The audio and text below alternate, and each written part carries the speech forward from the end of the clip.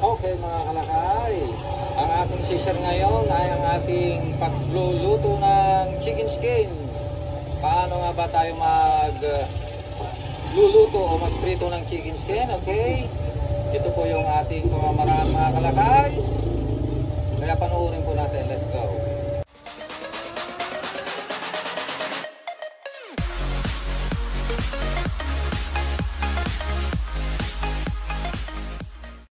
Ayan, okay, nandito yung ating chicken skin at malapit nang maluto yung ating nilulutong chicken parts. Kaya kung maluto ito ay isusunod natin yung chicken skin. Pahinaan na natin dahil malapit nang maluto. Okay, yan, malapit na nating hanguin yan, kaya i-prepare na natin itong chicken skin. So ito ay na po natin, nalagyan na natin ng breading mix. Ayan, halu-haluin lang natin na mabuti para ma-penetrate natin yung breading mix sa chicken skin mga kaibigan, para kumapit. Yan, pisil-pisilin lang natin. Alright, yan, balik-balik ta rin para lahat ng mga chicken skin ay magkakaroon ng breading. Saka natin ilagay dito. Yan, itong ating strainer, meron doon na bowl tsaka strainer para yan, i-strain natin para matanggal yung mga particles. Yan, yan, para hindi masama doon sa mantika natin, dahil kung masama doon ay yun ang nagpapaitim, mabilis na umitim yung mantika. So ganun lang. Ganyan. So ganun lang. Yan. Yan.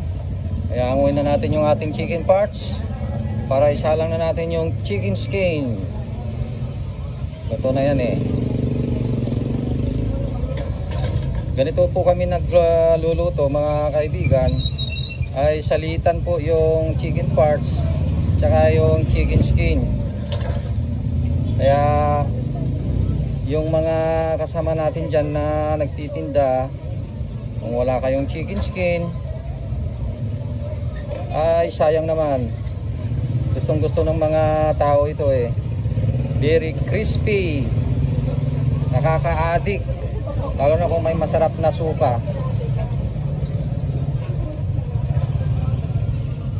Lalo na yung sukang Iloko, ay nako, doon kayo maluluko. Ay joke lang. Yan,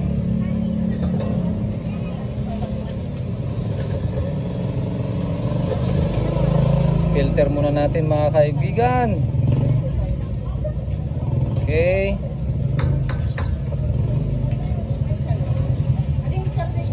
itong latak na ito yung nagpapaitim sa mantika guys, mga harina yan.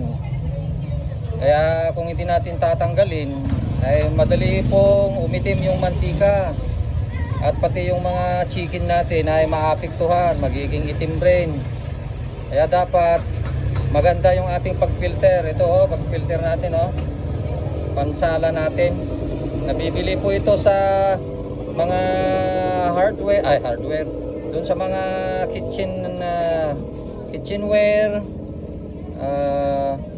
doon sa mga Chinese merchandise, marami silang panindang mga ganito.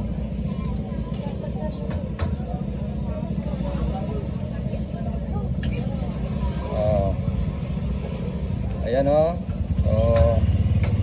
ilakas muna natin yung burner natin. Okay. Yan ang ingay. Yan, malakas na Okay.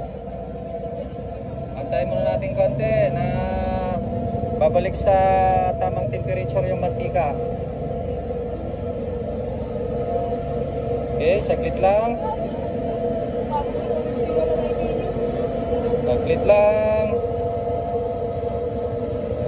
Ayan. Medyo okay na siguro yan. nakabalik na sa tamang init. Yun, medyo bumubulwak. Okay, tuloy natin dahil maganda na yung init ng mantika. Alright. So yan.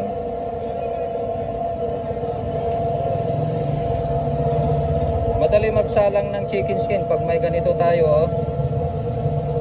Ang strainer natin, oh. Oh. Itanggal yung mga excess na breeding. Yan. Okay.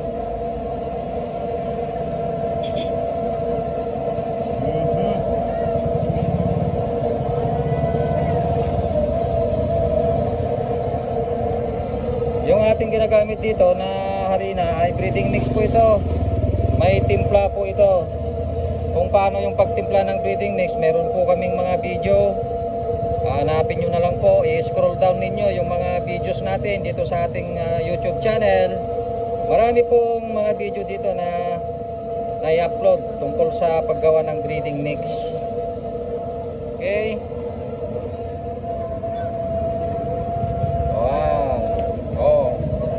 Daming bula, oh. Pero mamaya yan, pagka naluto na yan, mawawala na yung bula. Ganyan po yung style dyan. Okay. Yan yung ating chicken skin, oh. Ito yung ating pampalakas ng chicken skin, oh. Sukang Ilocos.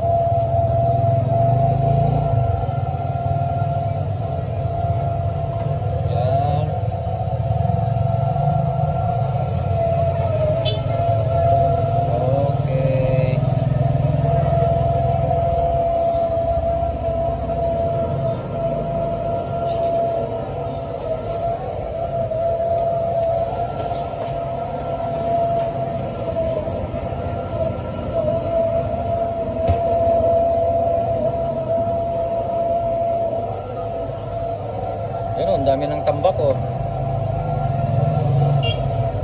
Kailangan tambakan natin dahil mag-aalas 11 na. So yan na po yung ating chicken skin. Medyo pumaibabaw na mga kaibigan. At nababawasan na yung bula. Ayan na, oh. Nakikita na yung chicken skin natin. So medyo haluin natin ng konti. Dahan-dahan. Yan.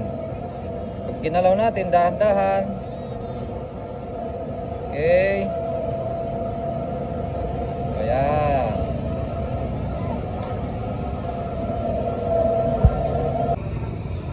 Okay, after 6 to 8 minutes. Ito po mga ibabaw ng mga kaibigan.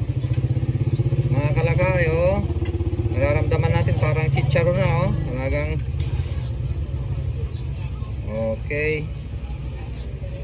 Anguin na natin dahil nakakot na rin tayo ng sumunod na salang natin sa chicken parts. Ano? Okay. Luto na to.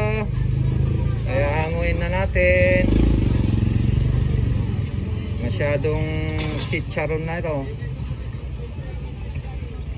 Chicken skin natin.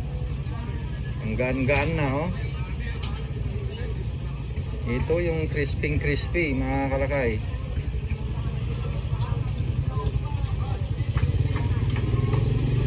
Ayan. So mga 6 to 8 minutes ang pagluluto ng ating chicken skin. Pero kung mahigit 1 kilo, halimbawa 1.5 or 2 kilos sa isang salang, abutin yan ng 10 to 12 minutes. Baka marami, pero ito 1 kilo lang naman, so 6 to 8 minutes. Okay. Yan. Sige, gigapin ka konti ko. I-baso. Sige, ikat mo pa eh. Ayan.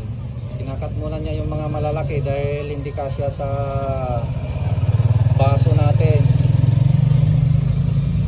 Ayan, kinakat niya na medyo maliliit para maganda yung pagkalagay.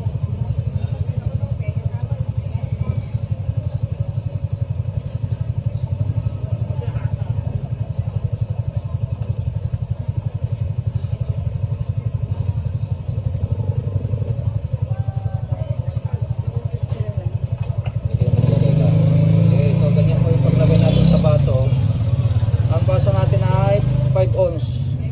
Binibenta natin yan ng 20 pesos only. Yan yung katamtaman na paglagay. Oh. Alright.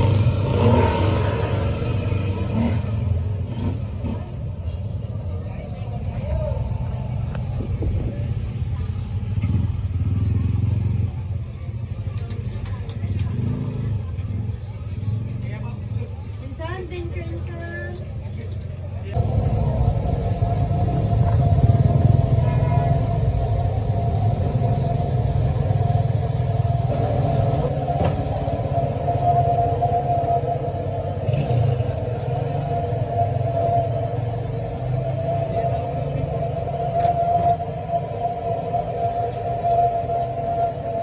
Mga kalagay, available na po sa Shopee ang ating Calpos merchandise. Available na po ang marinated mix at ang ating breeding mix.